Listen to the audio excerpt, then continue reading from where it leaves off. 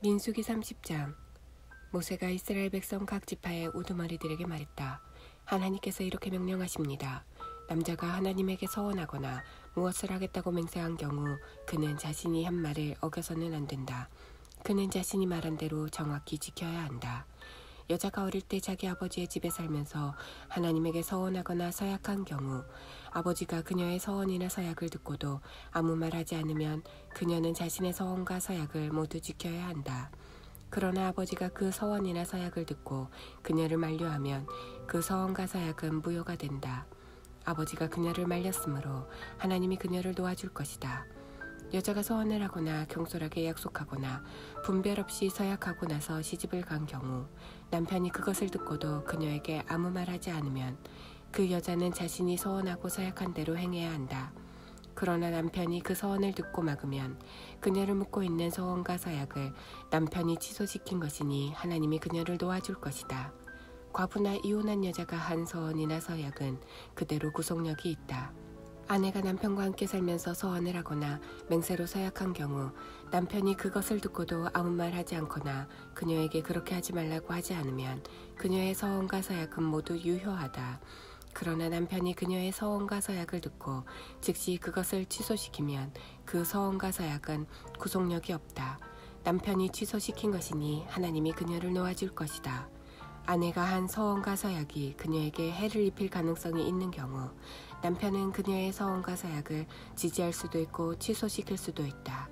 그러나 남편이 잠잠하고 그 다음 날에도 거론하지 않으면 그는 아내의 서원과 서약을 승인한 것이다. 그녀는 자신의 서원과 서약을 다 지켜야 한다. 남편이 그녀의 말을 듣고도 아무 말을 하지 않았으므로 아내는 자신의 서원과 서약에 매이게 된 것이다. 그러나 남편이 그녀의 말을 듣고 얼마 지나서야 취소시키면 그가 아내의 죄를 떠맡아야 한다. 이것은 남편과 아내 사이, 아버지와 아버지 집에 사는 어린 딸 사이의 처리법에 관해 하나님께서 모세에게 내리신 규례다. 31장. 하나님께서 모세에게 말씀하셨다. 미디안 사람에게 이스라엘 백성의 원수를 갚아라. 그런 다음에 너는 내 조상에게 돌아가게 될 것이다. 모세가 백성에게 말했다. 미디안과 싸워 미디안에 대한 하나님의 원수를 갚을 사람들을 이스라엘 각 지파에서 1000명씩 모집하여 전쟁에 내보내십시오. 그리하여 이스라엘 각 지파에서 1000명씩 모두 12000명을 모집하여 전투부대를 편성했다. 모세는 각 지파에서 1000명씩을 전쟁에 내보냈다. 엘르아살의 아들 비느하스도 제사장 신분으로 입대하여 거룩한 기구와 신호용 나팔을 맡았다. 그들은 하나님께서 모세에게 명령하신 대로 미디안을 공격하여 최후의 한 사람까지 다 죽였다. 죽은 자들 중에는 에위, 레겜, 수루, 후루, 레바 등 미디안의 5 왕도 있었다. 그들은 부올의 아들 발람도 칼로 베어 죽였다. 이스라엘 백성은 미디안 여자들과 아이들을 포로로 잡고 그들의 모든 짐승과 가축과 재산을 전리품으로 취했다. 그들은 미디안 사람이 살던 모든 성읍과 막사를 잿더미로 만들고 모든 물자와 사람과 짐승을 닥치는 대로 노획했다. 그들은 포로와 노획물과 전리품을 끌고 요단 여리고와 모압 평야에 진을 치고 있던 모세와 제사장 엘르아살과 이스라엘 공동체로 돌아왔다. 모세와 제사장 엘르아살과 회중의 모든 지도자가 부대를 맞으러 진 밖으로 나갔다. 모세는 전장에서 돌아오는 군 지휘관인 천부장과 백부장들에게 화를 냈다. 이게 무슨 짓이요? 이 여자들을 살려두다니. 저들은 부올 사건 때 발람의 지시에 따라 이스라엘 백성을 꾀어 하나님으로부터 멀어지게 하고 전염병을 촉발시켜 하나님의 백성을 치게 한 장본인들이요. 그러니 그대들은 이를 마무리하시오.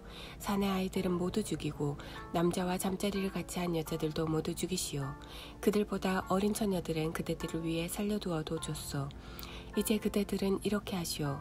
진 밖에 장막을 치시오. 사람을 죽였거나 주검을 만진 사람은 모두 7일 동안 진 밖에 머물러야 합니다. 3일째 되는 날과 7일째 되는 날에 그대들과 그대들이 잡아온 포로들을 정결하게 하시오. 모든 옷가지와 기구를 정결하게 하시오. 가죽으로 만든 것이든 염소털로 짠 것이든 나무로 만든 것이든 모두 정결하게 하시오. 제사장 엘르아살이 전쟁에서 싸운 군사들에게 말했다. 이것은 하나님께서 모세에게 계시로 주신 규정입니다. 금과 은과 청동과 새와 주석과 납 등 불에 타지 않는 것은 모두 불에 넣었다가 꺼내야 합니다. 그러면 정결하게 될 것입니다. 그런 다음에는 정결하게 하는 물로 씻어야 합니다. 불에 타는 것은 무엇이든 그 물에 담갔다가 꺼내야 합니다. 7일째 되는 날에 그대들의 옷을 깨끗이 빨면 여러분은 정결하게 될 것입니다. 그런 뒤에야 여러분은 진으로 돌아올 수 있습니다. 하나님께서 모세에게 말씀하셨다. 너와 제사장 엘르아살과 공동체에 속한 각 가문의 지도자들은 사로잡아온 사람과 짐승의 수를 세어라. 전리품을 절반으로 나누어 반은 전투를 치른 군사들에게 주고 반은 회중에게 주어라. 군사들이 차지한 노획물은 사람이든 소든 낙이든 양이든 500분의 1의 비율로 세를 부과하여라. 그것은 하나님의 몫이니 그들이 받은 절반의 몫에서 거두어 하나님 대신 제사장 엘르아살에게 넘겨주어라.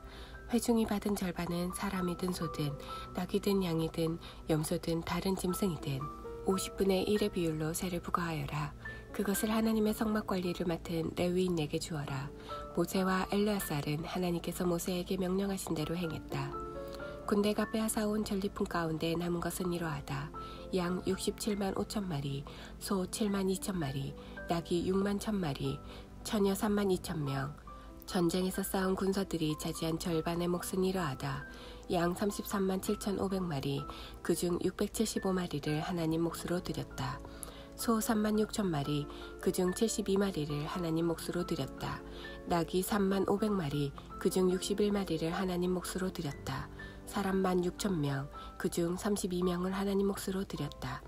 모세는 이 세금을 하나님 몫으로 떼어 제사장 엘르아살에게 주었다. 이렇게 모세는 하나님께서 지시하신 대로 행했다. 모세가 전쟁에 나갔던 사람들에게서 떼어 이스라엘 공동체에 나누어 준 나머지 절반은 이러하다. 양 33만 7,500마리, 소 3만 6천 마리, 낙이 3만 500마리, 사람 1만 6천 명. 모세는 하나님께서 지시하신 대로 이스라엘 백성에게 돌아간 절반에서 사람이든 짐승이든 50분의 1을 떼어 하나님의 성막 관리를 맡은 레위인에게 주었다. 군 지휘관인 천부장과 백부장들이 모세에게 와서 말했다.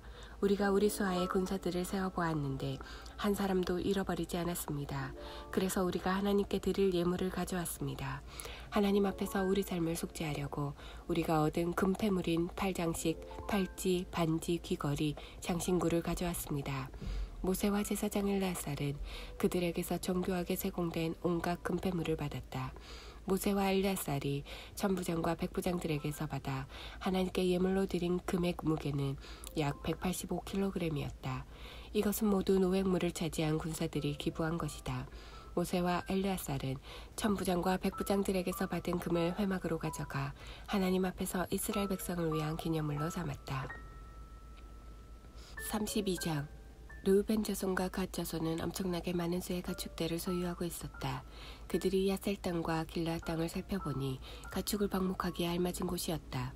그래서 갓 자손과 르우벤 자손은 모세와 제사장 엘르아살과 회중의 지도자들에게 가서 말했다.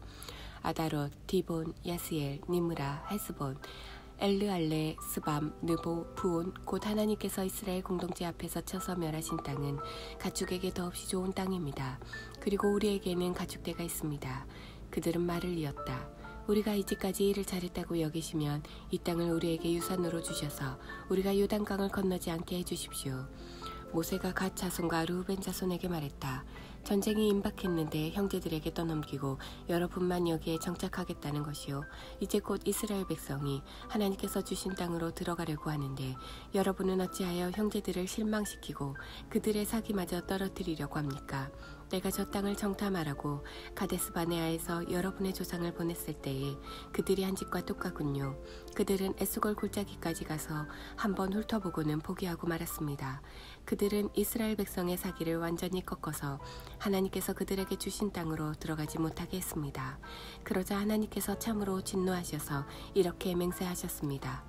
그들은 그 땅을 결코 보지 못할 것이다. 이집트에서 나온 사람들 가운데 20살 이상 된 자는 내가 아브라함과 이삭과 야곱에게 약속한 땅을 결코 보지 못할 것이다.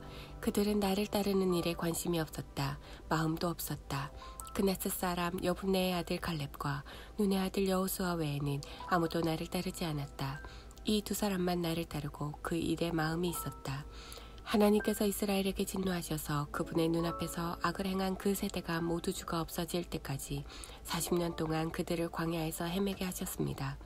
그런데 이제는 여러분이 여러분 조상 대신 또 하나의 죄인 무리가 되어 이미 이스라엘을 향해 활활 타오르고 있는 하나님의 진노에 기름을 끼얹으려 하는군요.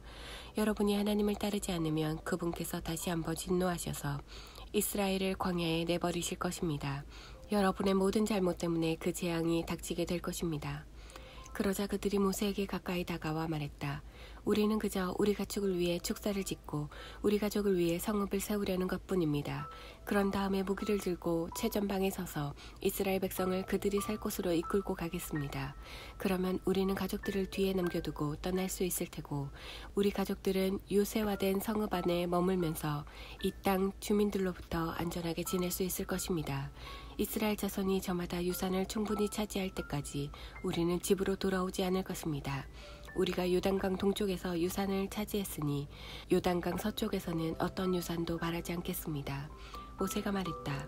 여러분이 말한 대로 하나님 앞에서 문장을 하고 우리와 함께 요단강을 건너가서 하나님께서 자기 원수들을 그 땅에서 쓸어내실 때까지 하나님 앞에서 싸워 그 땅을 정복하면 여러분은 하나님과 이스라엘에 대한 여러분의 의무를 다한 셈이 될 것입니다. 그제야 이 땅이 하나님 앞에서 여러분의 소유가 될 것입니다. 그러나 여러분이 말한 대로 하지 않으면 여러분은 하나님께 죄를 짓는 것입니다. 그러면 여러분은 그 죄에서 벗어나지 못한다는 것을 잘 알 것입니다. 자, 가십시오. 여러분의 가족을 위해 성읍을 세우고 여러분의 가축을 위해 축사를 지으십시오. 여러분이 한 말을 꼭 지키십시오. 갓 자손과 르우벤 자손이 모세에게 말했다. 우리는 주인님의 명령대로 할 것입니다. 우리의 자녀와 아내들, 우리의 양떼와 소떼는 이곳 길르앗의 성읍들에 머물게 하겠습니다. 그러나 우리는 모두 주인님이 말씀하신 대로 완전 무장을 하고 강을 건너가 하나님을 위해 싸우겠습니다. 모세는 그들을 위해 제사장 엘르아살과 눈의 아들 여호수아와 이스라엘 백성 각 지파의 우두머리들에게 지시를 내렸다. 갓 자손과 르우벤 자손이 무장을 하고서 하나님 앞에서 싸우기 위해 여러분과 함께 요단강을 건너가 그 땅을 정복하면 여러분은 그들에게 길르앗 땅을 유산으로 주십시오. 그러나 여러분과 함께 건너가지 않으면 그들은 여러분과 함께 가나안 땅에 정착해야 할 것입니다. 갓 자손과 르우벤 자손이 대답했다.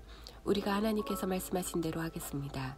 하나님 앞에서 요단강을 건너가 기꺼이 싸우겠습니다. 다만 우리가 유산으로 받을 땅은 이곳 요단강 동쪽이 되게 해주십시오. 모세는 갓 자손과 르우벤 자손과 요셉의 아들 므낫세 지파 반쪽에게 아모리 왕 시온의 나라와 바산 왕 옥의 나라 전체 곧 그 땅과 그 땅에 세워진 성읍들과 주변의 모든 영토를 주었다. 갓 자손은 디본, 아다롯, 아로엘, 아다롯 소반, 야스엘, 욕부아, 벳니므라, 베타란을 요새화된 성읍들로 재건했다. 그들은 가축을 위한 축사도 지었다. 르우벤 자손은 헤스본, 엘르알레, 기랴다임을 재건하고 느보와 바알모온, 신마도 재건했다. 그들은 자신들이 재건한 성읍들의 새 이름을 붙였다.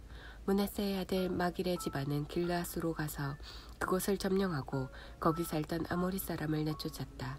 그러자 모세는 길르앗을 므낫세의 후손인 마갈 자손에게 주었다. 그들은 그곳으로 이주하여 정착했다. 므낫세의 다른 아들 야일은 마을 몇 개를 점령하고 그곳을 하본 야일, 야일의 장막촌이라고 했다. 노바는 그낙과 그 주변 진들을 점령하고 자기 이름을 따서 그것을 노바라고 했다.